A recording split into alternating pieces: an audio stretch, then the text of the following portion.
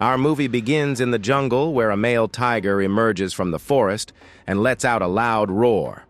Shortly after, a female tiger meets him at the same place. The male tiger tries to mate with her, but the female runs away into an ancient temple. The male follows her, and they start playing inside the cave, but they eventually mate. Meanwhile, two men with huge elephant tusks enter an auction hall. The auction starts at 300 pounds, but no one seems interested. The auctioneer tries to stimulate the attendees by mentioning that the tusks were brought by a famous hunter named Aidan McRoy. But it doesn't pique their interest either, and the tusks remain unsold. Back in the jungle, we find that the tiger family has grown in number. The female tiger emerges from the cave with two cubs. Shortly after, they hear the male tiger's roar and approach him for a family time together.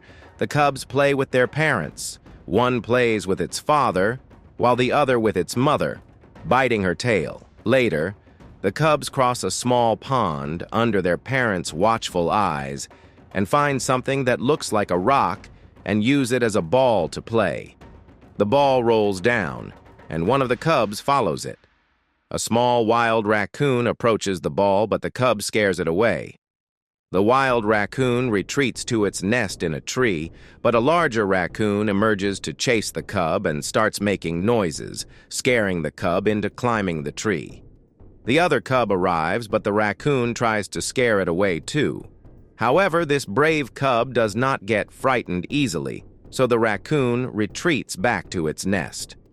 Elsewhere, the cub stuck in the tree struggles to hold on and gradually slides down to a point it deems safe to jump to the ground. The cubs hug each other and play together, but soon they hear some movement, as do their parents, who rush toward them to find the cubs atop a hill, watching a group of people walking in the forest. One of the cubs struggles to walk because of leaves stuck under its feet. The male tiger picks it up by the nape of its neck and carries it away while the other cub follows. The three reach home safely.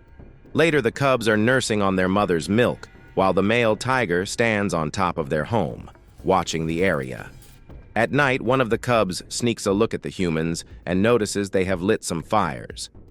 The following morning, the tigers hear an explosion outside the temple as Aidan used some explosives to topple a statue. The tigers get scared and start running randomly, while the dog carried by the humans starts barking crazily. The humans quickly realize there's a tiger nearby. The big tigers carry one of the cubs away, but the other cub is left behind. Meanwhile, the humans follow the male tiger with their dog. The dog leads Aidan to the cave and starts barking frantically, indicating something is inside the cave. Meanwhile, the female tiger escapes carrying the other cub. The humans announce that they have lost track of the tigers inside the cave, but the dog keeps barking. The humans hear some noises as the little cub tries to climb the cave wall but fails. To protect its cub, the male tiger attacks one of the humans and starts biting him, but Aidan targets him and shoots him with his rifle.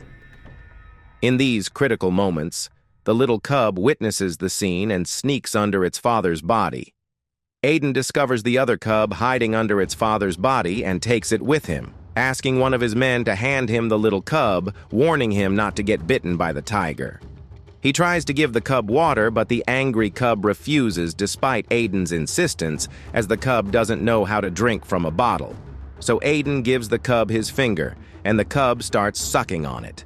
He plays with the cub and jokes with it, then gives it some candy.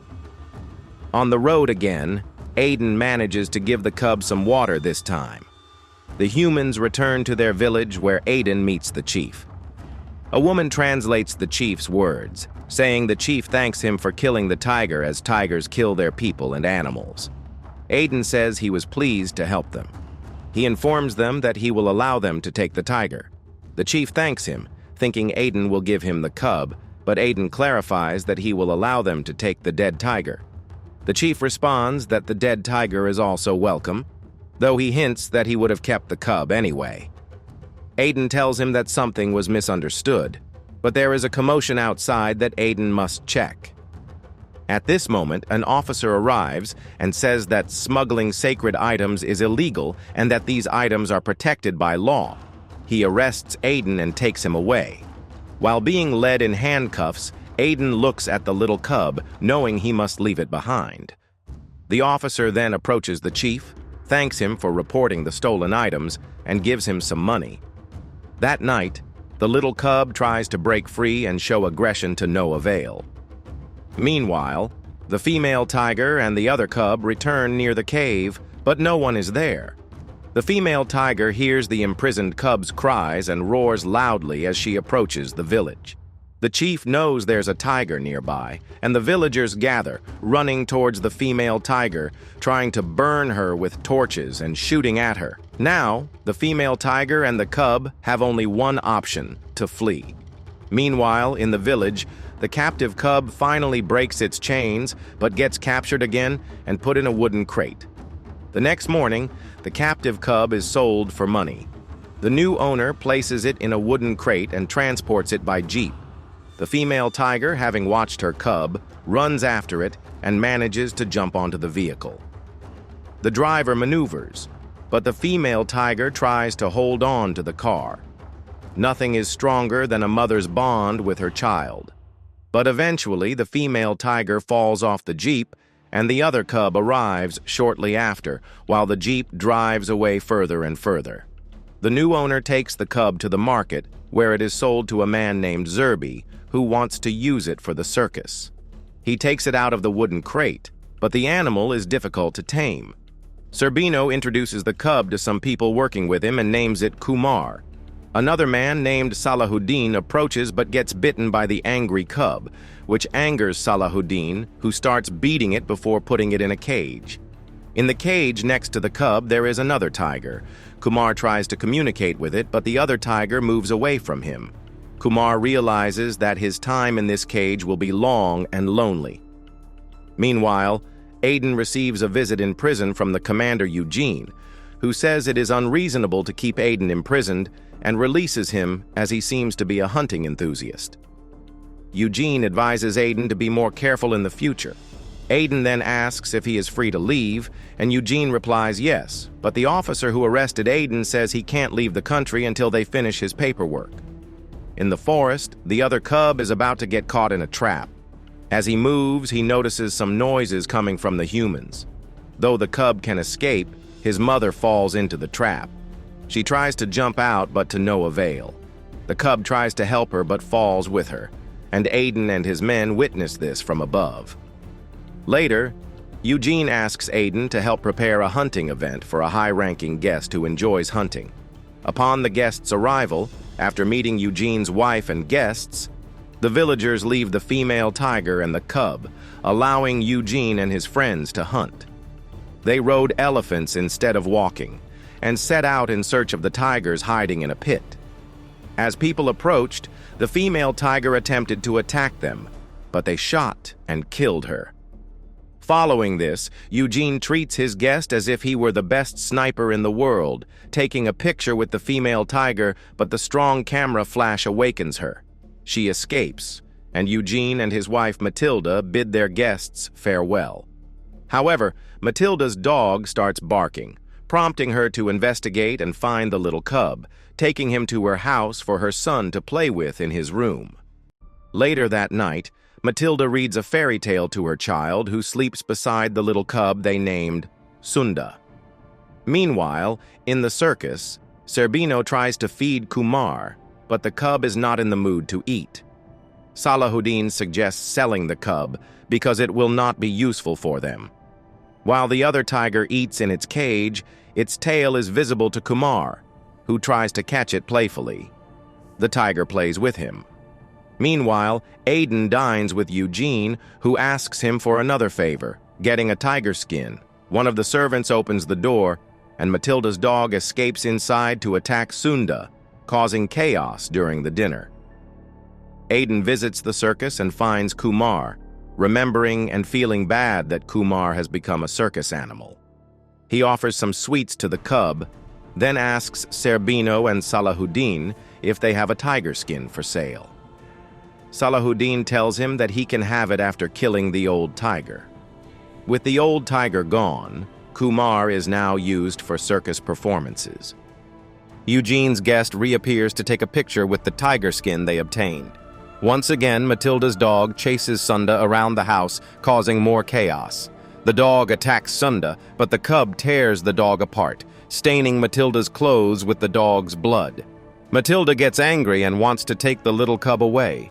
Sunda is put in a cage and sent in a car to the palace as a gift for the king, where Matilda's son runs after his friend but can't keep up. Upon Sunda's arrival, he is placed in a cell. Several years later, Kumar has grown into a strong and mighty tiger. Zerbino tries to teach him how to jump through a flaming hoop, but the fearful Kumar avoids it. Salahuddin loses his patience and asks the rest of the crew to help catch Kumar. They manage to restrain him and beat him severely until he tries to jump again. This time, Kumar jumps through the hoop, making Zerbino happy, and he lets him go to rest. The next day, an officer from the palace visits the circus and asks Salahuddin if their tiger is as strong as they claim. Salahuddin challenges him to try it himself. The officer announces that his master is preparing a wild animal battle festival and wants a worthy opponent because the fights will be brutal. Salahuddin inquires about the price and finally agrees to sell the tiger to the officer. Meanwhile, the king presents his wife with a beautiful piece of jewelry. She thinks it is for her, but the king clarifies that it is for his beloved tiger, Sunda. He goes to the cell to see Sunda and places the necklace around his thick neck. The festival begins, and Aiden, who attended the celebrations, realizes that the animal that will fight the king's tiger is Kumar. He tries to give Kumar some of his favorite sweets, but Kumar is not hungry this time. Aiden attempts to buy Kumar from Zerbino, but the amount he asks for is too high. Meanwhile, Sunda is led into the battle pit, showing such extreme aggression that everyone shivers in fear. Little Raoul tells his father that this tiger is Sunda, but Eugene lies to him saying Sunda is in the zoo. Kumar is then brought to the arena gate as well. He feels scared of the fight, but the guards push him into the arena against his will. The tigers begin to fight, but Kumar avoids fighting, trying to protect himself. They then start playing, having recognized that they are brothers, and remembering how they played when they were young. For them, the fight is over. The king gets angry because the tigers are playing with a ball instead of fighting. He orders his men to make them angry. They start attacking the tigers, but the tigers defend themselves. Salahuddin tries to stab Kumar, but Sunda jumps on him and bites his arm. Zerbino wanted to shoot Sunda, but he forgot the cage door open. So the tigers push the door open and flee the arena. Sunda runs to the wild, but Kumar, out of habit, returns to the circus cage. However, Sunda helps him understand what he must do, and they escape together. On the road, the tigers see a car approaching, and fortunately, it carries some meat. They pounce on the car and cause it to crash, giving them the chance to eat. One tiger sneaks into a nearby house and destroys everything in its path. The other tiger surprises a newspaper vendor, making him run away. The tigers see another car on the road, and it seems like their lucky day. They rush after it, jumping into the cabin to eat all the delicious meat it carries. After finishing, the tigers return to the forest, and Kumar climbs onto some tree trunks. The fun is disrupted by gunshots aimed at them. Meanwhile, Eugene talks with Aiden, wanting him to find the tigers, and he agrees.